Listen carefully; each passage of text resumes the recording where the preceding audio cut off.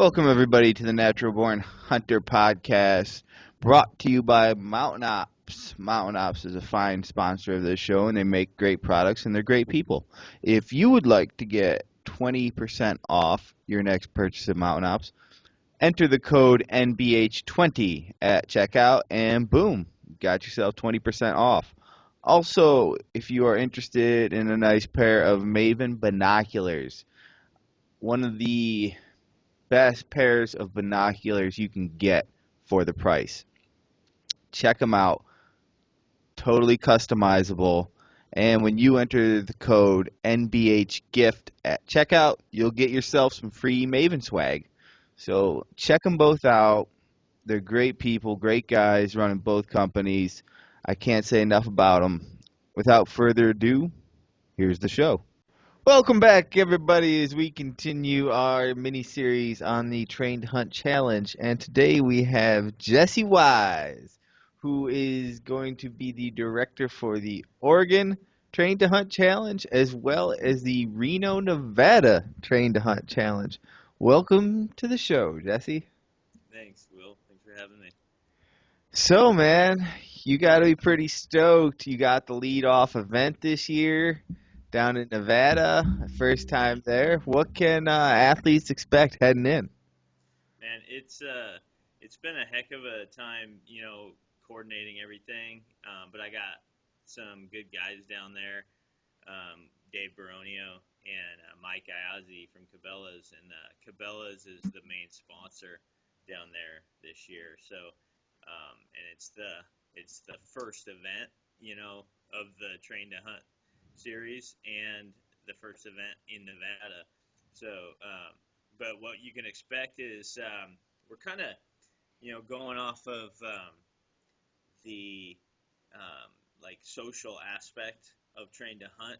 I like That that. it's a for me, Train to Hunt's always been about the camaraderie, and Hmm. you'll hear that a lot from guys on the videos and stuff. But it really is. It really truly is about the camaraderie, about the athletes coming and just becoming part of this family. A lot of like-minded individuals, bow hunters, moms.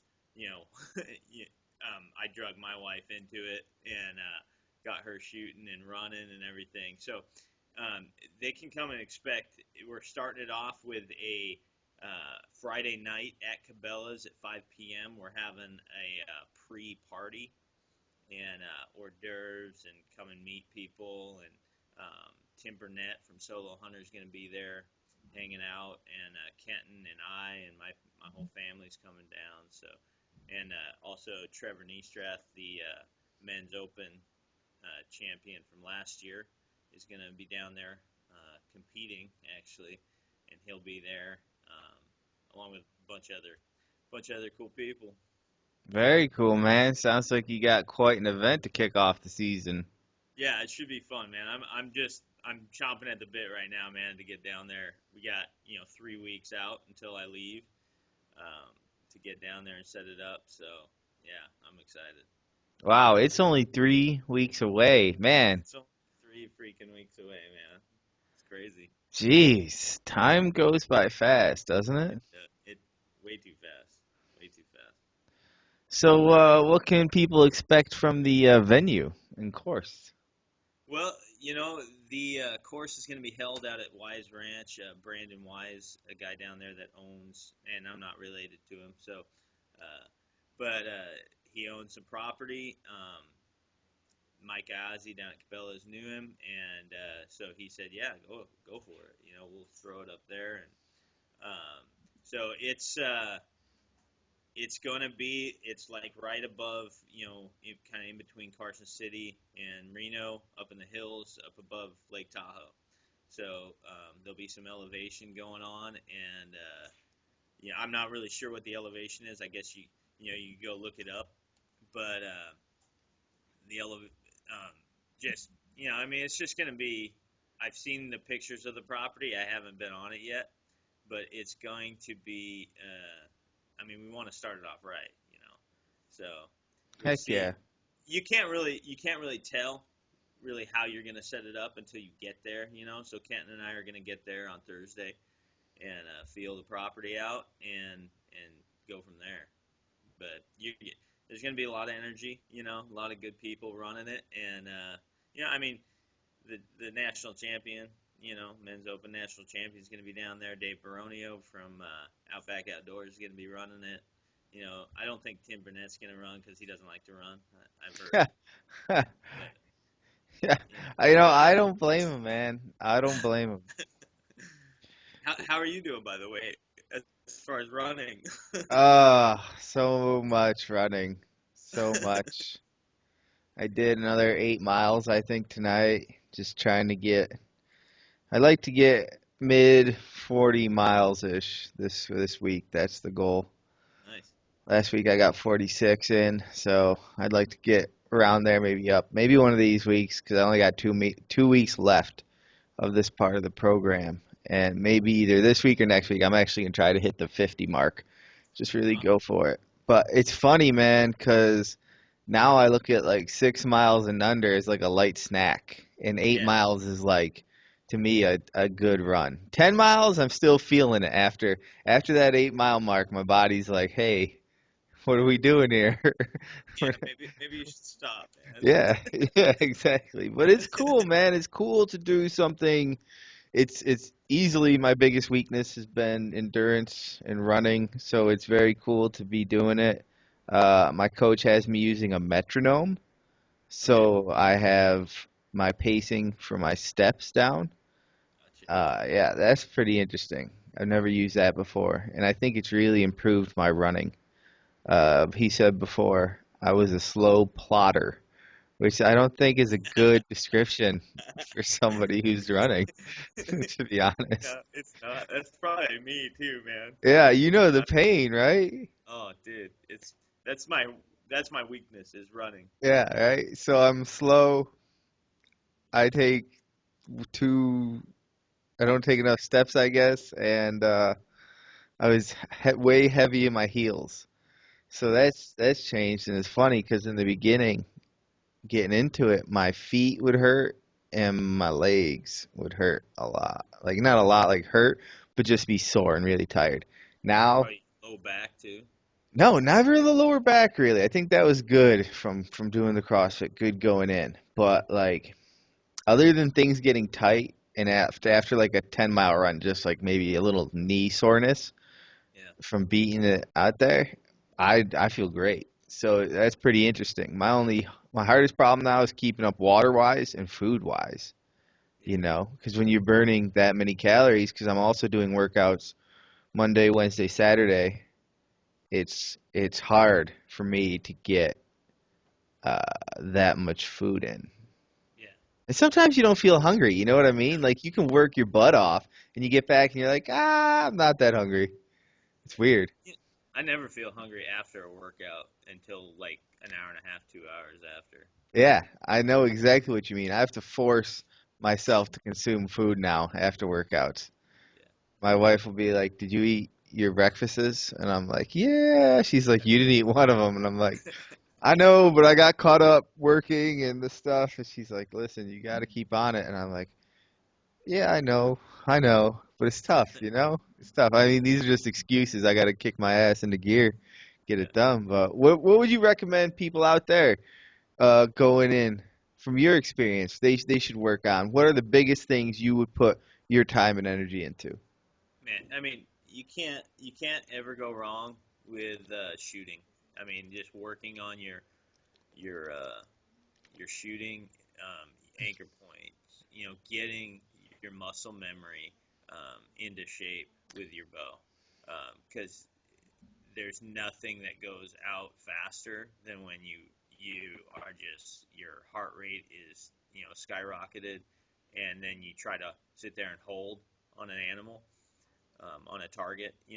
It's just that's I mean from I this will be my fourth year doing the train to hunt qualifiers, and it's yeah, from my first year to this year, it will have changed a lot, but over the years I've noticed my shooting's gotten like way better, Yeah. just because I I practice. I'm shooting every day, whether it's at 10 feet or 60, 70, 80 yards if I can get there. So Muscle memory. I'm glad you said that because train to hunt, it's the closest you can get to training for a hunt. And the biggest carryover from the training to the life, I would say, is in the shooting aspect of it. Having confidence in that muscle memory. I'm glad you said that.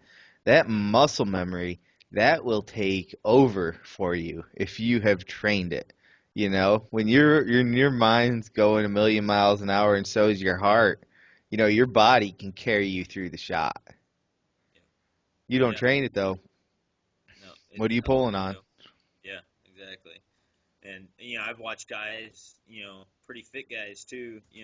I mean, their brain. We all want to think that will have it together no matter what. But man, that oxygen. Some of these events are going to be at 7,000 feet. And maybe higher. In Colorado and stuff. And it's your brain goes to places where you don't think it'll go. I've watched guys completely miss like half of their reps on workouts just because their brain goes away. You Yeah, know? and in a competition, much like in the hunt, that pressure you have yourself under. A lot of time your mind starts playing these tricks on you. Yeah. And I've had it. I took a CrossFit level one cert course, or I don't forget what it's called. I think it's called level one course to get the coaching certification or whatever. And I went to take that test, man. My brain disappeared on me. First five questions I couldn't even read. I was looking at the paper going, what am I gonna do? I can't even read these first five questions. And it's been so long since I was in school, Yeah. I the only thing I could draw on my mind was I remember in school I'd go to the last page and start working backwards, right? And so Yeah. I did that, turned all the way to the last page, and boom, there it was. I could take the test. I took the test all backwards, passed, but for some reason I could not take it forwards. Yeah. And that's one of those weird things is when that pressure's on you, you don't know what's going to happen. But if you have that muscle memory to rely on, your body can take over when your mind fails. Yep. Yep. And I mean, I, strolling Instagram and Facebook and stuff, and seeing everybody's posts about how they're training and how they're getting prepped for all these competitions that are coming up. It's good to see that, because like the first year I did it, all I did was just run. I didn't Hmm. know about the train to hunt online or anything. I just put a pack on and ran a lot, as much as I could. And dude, I got my butt handed to me. I mean, like the first event, I I showed up. It was in Boise up at Bogus, uh, and I'm like, all right, let's do this. I saw an ad with Kenton with his shirt off running, and I was like, dude, this looks interesting. And Yeah, so that's what you were I, thinking, huh? well, it was in a hunting magazine. I think it was in Eastman, and I'm sitting there going, what is this? And it seemed like something that was cool. It was right when Spartan Race and Right? all that was getting started, and I'm like, I want to do that. But then it was like Spartan Race with a bow. I mean, how much better would that be? Infinitely So cooler. yeah, Infinitely. yeah. I mean, you get to shoot stuff, right? Oh, yeah. And so I was all in, and so I signed up, and I went to Boise and showed up. And dude, I mean, I want to speak to everybody out there that's like looking at this, and you see all these guys, you know, with their big muscles and stuff, and their shirts off, and all that. And there's those guys that do show up, and they are intimidating. But man, just the fact that I showed up and I was like nervous as heck, man, and I was, freaking out. And I was like in the first heat, and I was against two trad guys, and they murdered me. I mean, like I missed two targets, and I was doing extra burpees, and they mutilated me, and it was like an embarrassment, like almost. But then as I'm coming down the hill, dude, those guys and everybody that was there was just cheering me on, and I was last place. Like in the whole thing, last place. And but they were cheering me like I was in first, and it was like, and I was like, oh, okay, they're just like, it's all, they're just like, yay, good job, you suck. But it wasn't like You that. It thought was you were all getting sympathy applause? exactly, exactly. I thought it was all sympathy applause, and but it wasn't, man. I mean, I've got people that are still some of my good, best friends in the hunting industry that I met there, and and I can call them up on the phone right now, and it's just it's such a cool environment that Kenton has created with Train to Hunt, and that everybody that shows up, we have everybody's back, and the simple fact that if you show up and do this, it's victory enough. I mean, yeah, there's people that want the gold, right? We don't run races just to run the race. We run the race to win the race.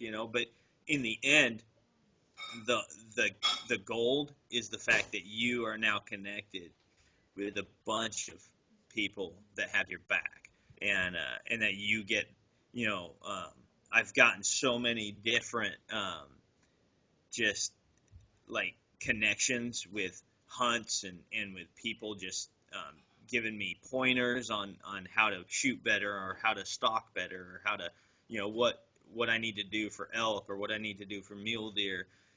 I mean, just the connections are endless that I've got. I mean, I met you too. Yeah, what's better than Yeah, that, right? yeah. So, having being a veteran of these competitions and now being a director, hmm where do you think people might underprepare for this event? What do you think sneaks up on them? Oh man, I under prepare is, I I think here's a good example. A post I saw on Facebook was like, "Hey, how many reps is this and that, and what are the movements and all that?" And like, they wanted to set up a train to hunt mock course, which is brilliant, right? Hmm. But the under prep is to just train for that amount, right? Just Right, just right. train for the 15 reps, right? You want to train harder, right? I mean, Yeah, you want to train more than you're actually going to do. You yeah, want to bust through as many walls as you can bust through, and most of it, is mental training. It's all mental, man. It's like I find myself, with my running. I have a mile long driveway, about, 600 feet of elevation, and so I drop down and I run up, and there's always that spot I know on the driveway that I hit, that is like, okay, now it just got real. go This time.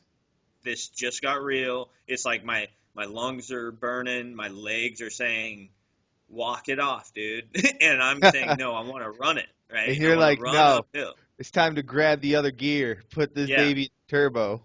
yep, yep, and I so love that part of the run. That's probably the best part of the run. Everything up until then is just getting you to that part of the run because that's the training that's going yep, to convert into the mountains. That's the training that'll convert into the competition and into life. Being that person who, in your body's saying, you know what? I think it's time to walk, Jesse. I think we need to slow down. I think we can go get yeah, some water now and breathe yeah, comfortably. And your yeah, mind has to say, forget that. We're grabbing this gear, we're putting it to the boards, and we're yeah. we're putting the hammer down and going for it.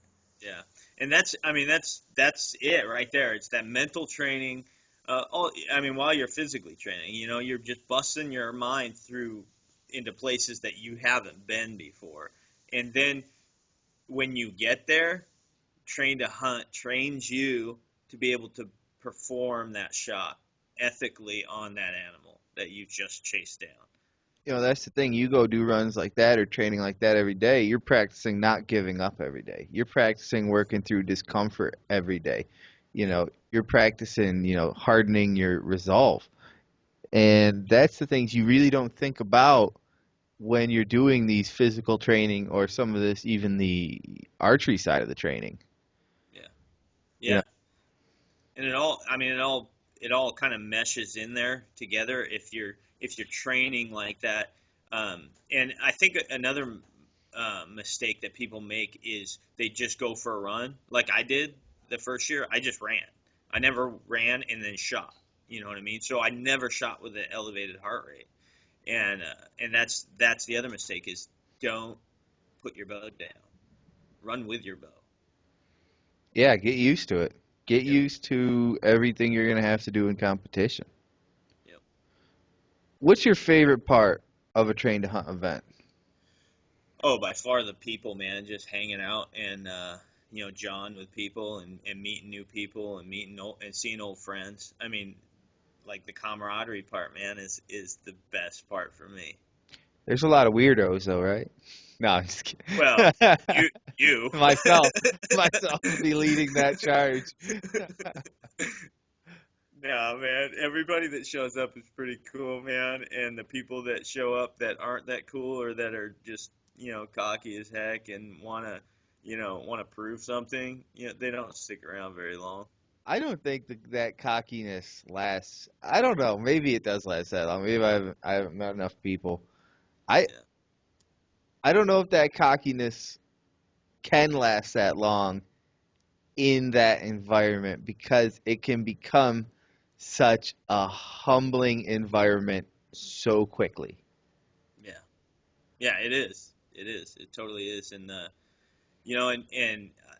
I saw it last year in Oregon too. Just a lot of guys showed up, and it was kind of like like this. There's a lot of good guys. I mean, number one and number two came from Oregon last year, and there's just a lot of fit dudes, Right. and man, they I mean, a lot of guys doing their strutting around and stuff. I don't know if it's like trying to intimidate everybody or what, but at the end of it, man, everybody was kind of high fiving and giving each other bro hugs and all that. So it was all happy time, but it was pretty interesting watching all this testosterone just clash, right? Yeah. That's the thing though. If you're good at strutting around, you're gonna strut around. Yeah, yeah. Gotta do what But you're good I at. mean, it's cool to see people change too. It's cool to see this hardness kind of be like, and that I mean that comes from nerves. Basically, it's just like I want people to think this of me, and it's Yeah. just like, well, dude, if you go through this course and you hammer it out and you kill it, people are gonna enjoy it. If you get your butt handed to you, people are still gonna pat you on the back and say great job. You know. I never got the opportunity to act hard because two of the first people I met at my very first Train to Hunt challenge were Luke and Gabe, and they were basically treating it like a family picnic. So, Yeah. just talking, hanging out, getting to know everyone. Like, I was like, all right, well, I guess this is how it is. Sounds good to me. Yeah. Like, you know, Yeah. it was Yeah. pretty. It's like one of those church potlucks. That's exactly what it was like. That's Yeah. exactly how they were. Let's say get to know each other. All right, I guess we're sharing now. Hey, can I have some of your mountain ops there, bro? Yeah, pass the talking stick.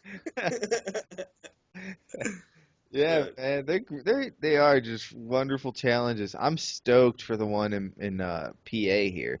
Which Yeah. people, if you have not signed up for PA, Nevada, or the Oregon event yet, get your butts out there and sign Yeah. up. Let's fill them Yeah. up.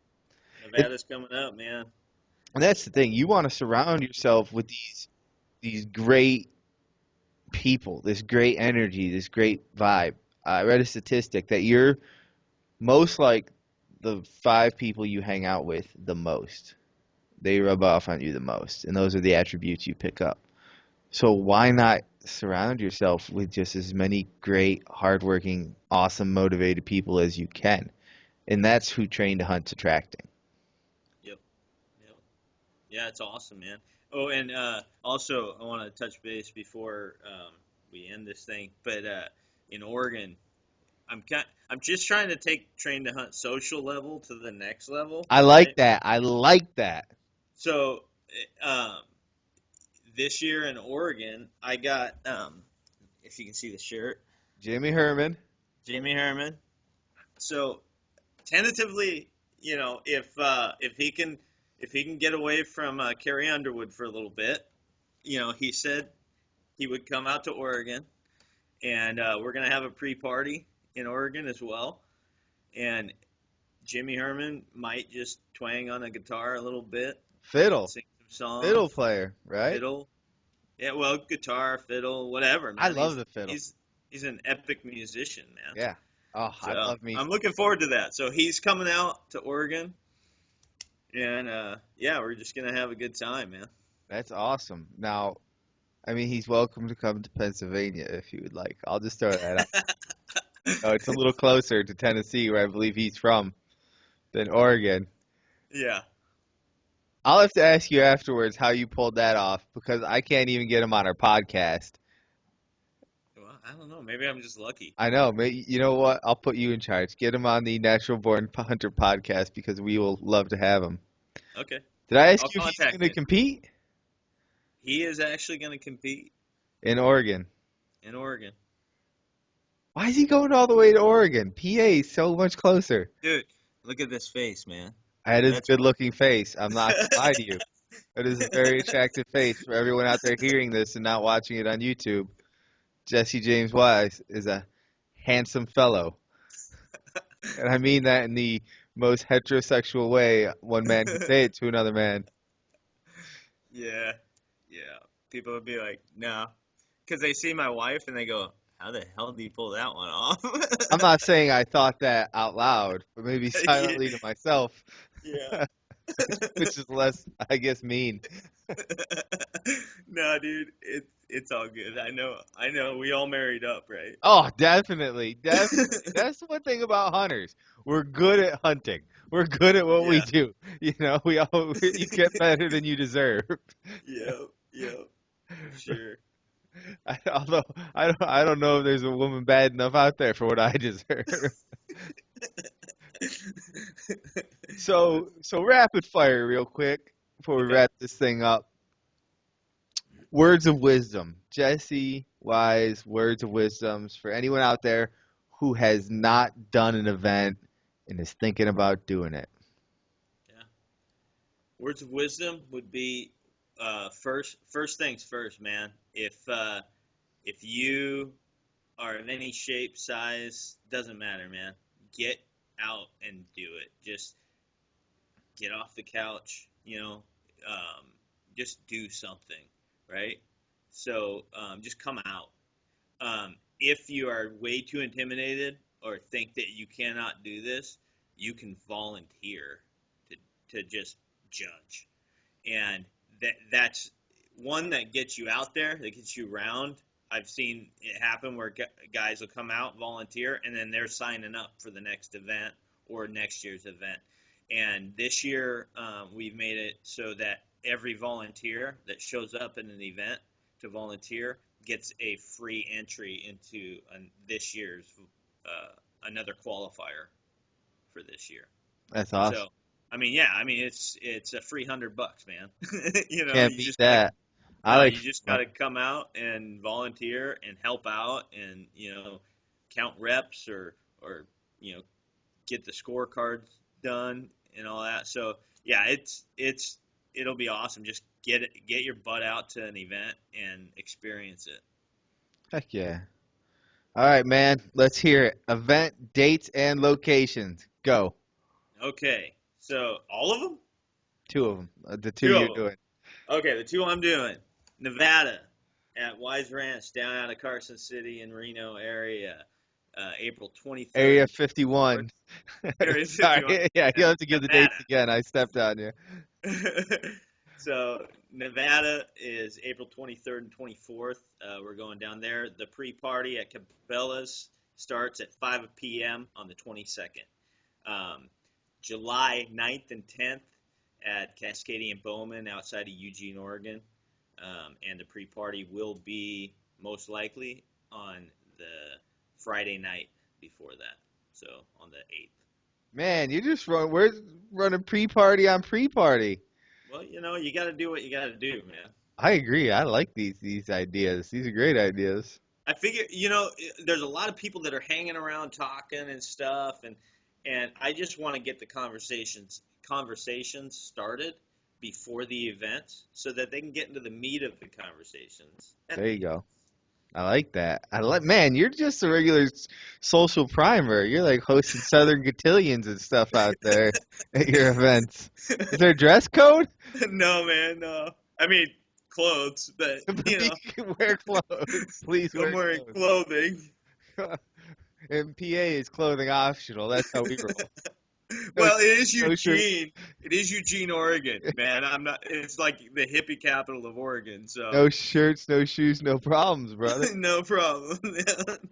All right, everybody. And if you want to sign up for the Baden, PA event, that is July 16th and 17th, I believe. Head on over to traintohunt.com, sign your ass up, become a part of the movement, be a doer, not a talker. That's all I got to say. How about you, Jesse? Yep, do it, man. Sign up. Let's All do it. right. All right. And for the Natural Born Hunter podcast, get out there, work, hustle, hunt.